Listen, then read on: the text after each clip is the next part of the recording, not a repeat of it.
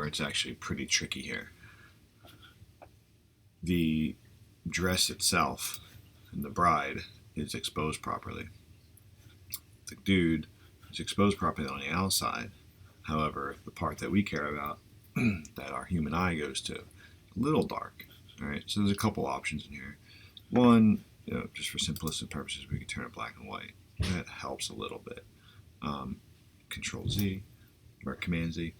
Even if we do turn it black and white, we could also simply adjust it and just forego her exposure and concentrate on here. So I just did exposure and shadows. I just boosted those a little bit. If we do that, then we have the decision of maybe we add a mask of a linear gradient where we just simply darken her down just a little bit, right? So maybe we do it by like, oh, yeah, that's too much. Maybe something like that, right? That could work. That's probably the answer, right? That's probably the easiest answer, where we just simply boost it a little bit to get the exposure we want on his face, and then the linear gradient, to darken her down by, 30 or so. The next one, I'm not sure what that entails. It's actually one that we already went over. Same kind of thing here. I'll probably boost it as a whole. Now, I can leave it like that. If I wanted to be perfect, I could brush it in and just kind of these brushes are kind of clunky, so I try not to use these too much. But in this case, really not too much, right? Just a little, like that's probably too much of a pop, bam, something like that's good. And then in this case, I would probably add a vignette. Like I said, I think I have a preset I can give you, but just something, just kind of hone it in a little bit where the focus gets directly on the couple. And on to the next one, same thing. To me, his face is too dark. I could probably boost the whole thing a little bit, but not too much because I don't want to blow out her hair and her veil and stuff like that. So K for brush, and then so on and so forth. All right. If I want to increase or decrease the size of my brush, it is the brackets. So the smaller brackets get smaller. If I wanted to come in here, and the bigger brackets, the left-facing bracket, or right-facing bracket, the one closer to the slash, makes it bigger. But the brackets go smaller or bigger, right, if I wanted to. Now, let's say I got up here and got up in here by accident, right? That's where if I hit the mask that we're on, I can add, that would actually add to the red part, or subtract it. And I'm going to use the brush to subtract it. Again, I can make these smaller or bigger. And now anything I paint while I'm subtracting will actually get rid of the parts I painted on by accident, right? And then if I want to go back, I just go back to the mask here, right? I often, to not confuse myself, I will actually create new masks. So let's say I want to continue brushing.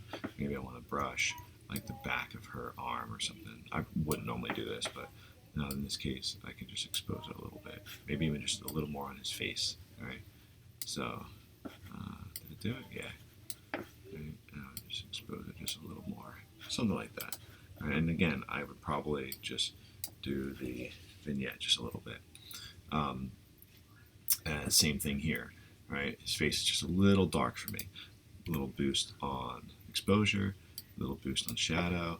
Probably come in here, K for brush, and just get, parts of his face. The whole thing's fine. That way it doesn't look weird, like a painted mask. And then just, boost it up just a touch. Boom, boom, boom, boom. Come on in there. There you go. When you're in here, you can actually click on this. You can type a number in. You can use the arrow keys. They go up by tens, right?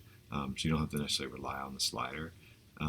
So it depends on how you like to do it. But I think that looks good. You always have to remember to get rid of your mask, and then you can actually move on and something like that. So just another little example of how I would tweak these. This looks pretty good, but I'd probably just boost it just a touch, something like that. Yeah, there we go. Good to go. To the next one. Same thing. Now in this case, I would probably just hit previous, right? I'm going to guess it's pretty darn close. Yeah, it looks good. And on to the next one. This looks good. Kind of a weird crop here because it cropped them at their feet. What I might do, I might actually come in here and just crop a little higher and just get that tree out back there just a little bit out of the way. Something like that. Right? And I might boost this just a touch. Right? So something like that. I got to be careful though. Like I don't want it really white on any part of them. This is a good guide to see if anything is too bright or too light or too dark. Right? It will show you peaks and valleys. I'm more concerned about the whites peaking.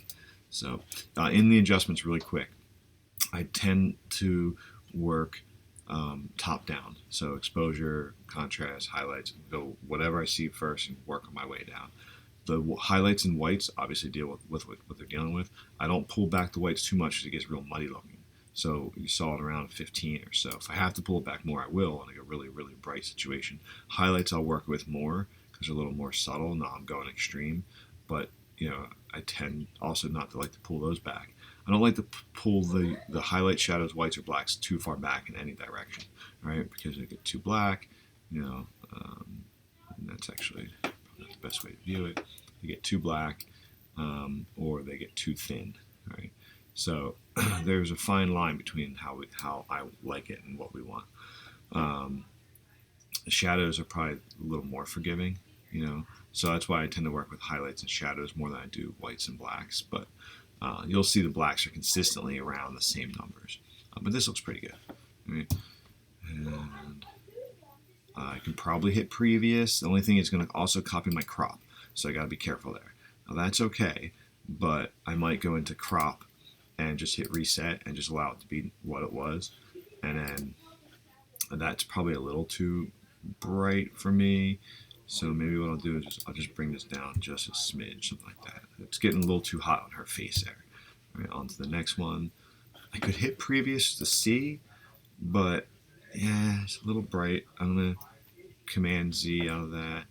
And, oops, I'm in my mask. Come up here and just tweak these just a touch. Something like that can work, right?